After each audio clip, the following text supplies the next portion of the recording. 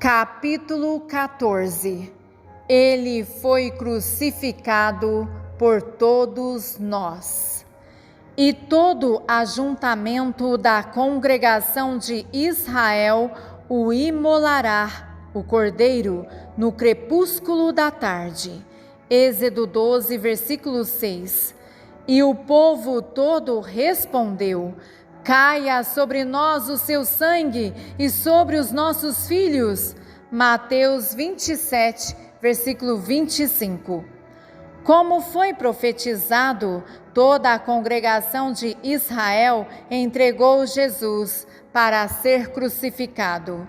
Mas ainda assim não foi somente Israel que o crucificou, foi a natureza carnal do homem que está dentro de todos nós. Se o Senhor tivesse escolhido enviar seu Filho para qualquer outra nação, teriam ocorrido os mesmos resultados?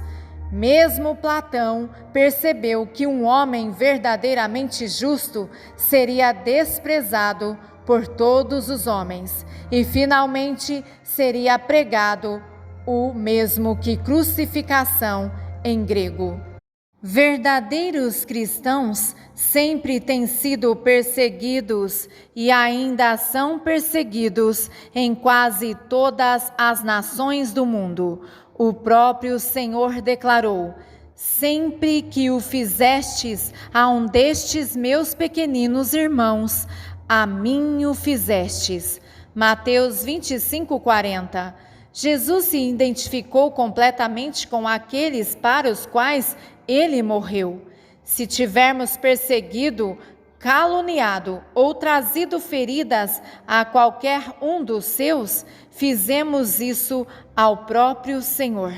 Se traímos uma congregação, um ministro ou um irmão, mesmo um que é o menor, mesmo um que esteja no erro doutrinário ou que tenha outros problemas, traímos o próprio Senhor. Subtítulo: Criticando a Deus. Devemos parar de jogar pedras nos outros que descaíram da glória de Deus, porque nós também já caímos. Quando julgamos outro servo ou congregação do Senhor, estamos, na verdade, julgando a Deus.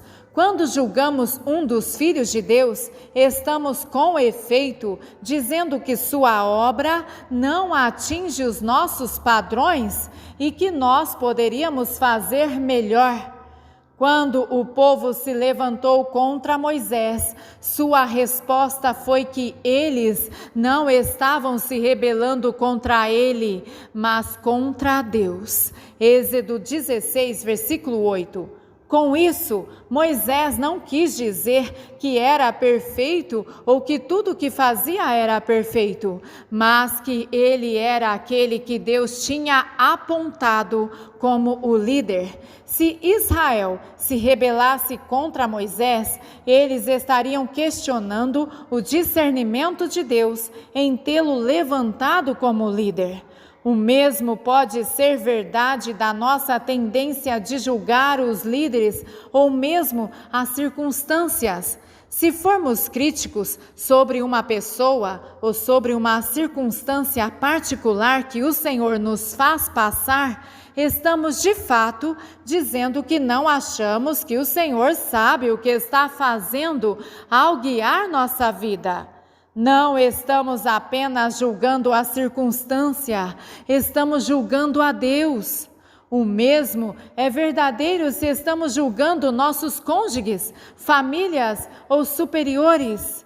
Como podemos confiar no Senhor a respeito da nossa salvação eterna se não podemos confiar nele nos assuntos cotidianos da vida? É claro que há casos em que estamos no trabalho errado ou em outras circunstâncias. Nestes casos, deveríamos estar nos preparando para uma mudança, não criticando, mas com fé e com um coração alegre, orando pela situação ou pelas pessoas que estamos deixando. Não sejamos tolos ao sermos críticos a Deus e a sua obra. Foi por causa da reclamação e murmuração deles que a primeira geração a deixar o Egito pereceu no deserto. É por esta mesma razão que muitos de nós nunca deixamos o deserto onde fomos colocados para um treinamento temporário. Se nos faltar a fé, como faltou para Israel no deserto, só quando começarmos a acreditar em Deus, seremos capazes de sair. Possivelmente, a maior razão para a falta de luz, poder e um relacionamento mais próximo com o Senhor por parte da igreja seja o seu espírito crítico. O Senhor disse isso diretamente através do profeta Isaías. Então romperá a tua luz como a alva, e a tua cura apressadamente brotará, e a tua justiça irá adiante da tua face, e a glória do Senhor será a tua retaguarda. Então clamarás, e o Senhor te responderá. Gritarás, e ele dirá: eis-me aqui. Se tirares do meio de ti o jugo, o estender do dedo e o falar vaidade. Isaías 58, versículos 8 e 9. O Senhor aqui promete luz, restauração, justiça, glória do Senhor e oração respondida. Se nós removermos o jugo do espírito crítico, apontar o dedo e falar injurioso, como se necessitássemos de uma motivação ainda maior do que está para nos arrepender deste mal, Jesus disse: não julgueis, para que não sejais julgados, porque com o juízo com que julgardes, sereis julgados, e com a medida com que tiverdes medido, vos hão de medir a vós. Mateus 7, versículos 1 e 2. Nós temos visto isso sendo cumprido frequentemente. Aqueles que se colocam como juízes para criticar os outros que têm diferentes visões ou doutrinas, acabam se tornando pedras no caminho, fazendo mais estragos à igreja em nome da verdade do que muitos o fazem com o erro. O Senhor reservou sua advertência mais séria para aqueles que seriam pedra de tropeço. É inevitável que venham escândalos, mas ai daquele por quem vierem. Melhor lhe fora que se lhe pusessem ao pescoço uma pedra de moinho e fosse lançado ao mar, do que fazer tropeçar a um destes pequeninos. Lucas 17, versículos 1 e 2. Subtítulo: Justo julgamento. Ao tratar do problema da imoralidade dos coríntios, Paulo perguntou: não julgais vós os de dentro? 1 Coríntios 5,12.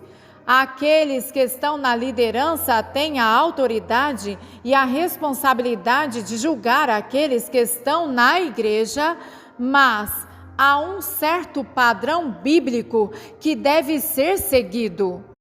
Esse julgamento pode quase sempre ser distinguido daquele que vem das pedras de tropeço, como ele compara com a sabedoria bíblica para julgar dentro da igreja. Primeiro somos ordenados a ir à pessoa que acreditamos estar em pecado ou erro sozinho. Se a pessoa não se arrepende, devemos então levar outro irmão conosco para tentar convencê-la ainda mais. Somente se a pessoa não se arrepender depois disso, de acordo com a lei, é que se deve trazer o assunto à igreja. Mateus 18, versículos 15 ao 17. A ordem do Senhor sobre a maneira pela qual devemos reprovar aqueles que estão no erro foi dada imediatamente após sua exortação a respeito das pedras de tropeço. Aqueles que vão a público com suas acusações sem cumprir com esse mandamento têm quase sempre se colocado em perigo de ser pedra de tropeço, não importa quão correto o seu julgamento seja.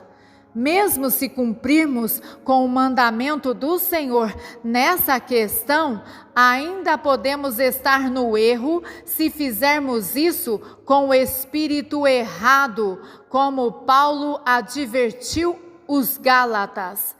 Irmãos, se algum homem chegar a ser surpreendido em alguma ofensa, vós que sois espirituais, corrigiu com espírito de mansidão e olhando para ti mesmo, para que não sejas também tentado. Gálatas 6, versículo 1. Não é por acidente que aqueles que vão a público com seus julgamentos sobre outros terminem caindo publicamente. Aqueles que escrevem livros com o espírito do acusador do irmão são logo consumidos com paranoia espiritual e trevas no coração. As repercussões por falar com espírito crítico sobre um irmão são péssimas nesta vida e ainda mais terríveis quando estivermos perante o trono do julgamento de Deus. Aqueles que medem o julgamento serão julgados com essa mesma medida. Aqueles que mostram misericórdia receberão misericórdia, e aqueles que dão graça receberão o mesmo. Como estamos todos com necessidade desesperada de misericórdia e graça, devotemo-nos a ser vasos para o mesmo. Eu, porém, vos digo que qualquer que sem motivo se encolerizar contra seu irmão será sujeito ao julgamento, e quem proferir um insulto a seu irmão estará sujeito a julgamento do tribunal, e qualquer que lhe disser louco estará sujeito ao fogo do inferno.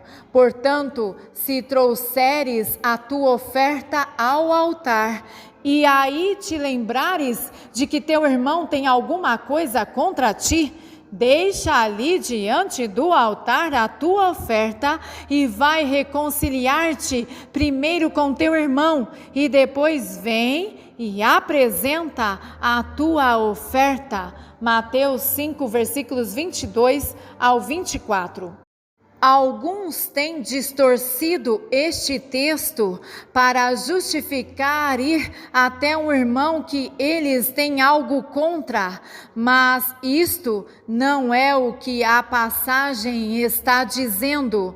Somos obrigados a perdoar os que possam ter errado conosco, mas somos requeridos a ir e acertar o que alguém possa ter contra nós.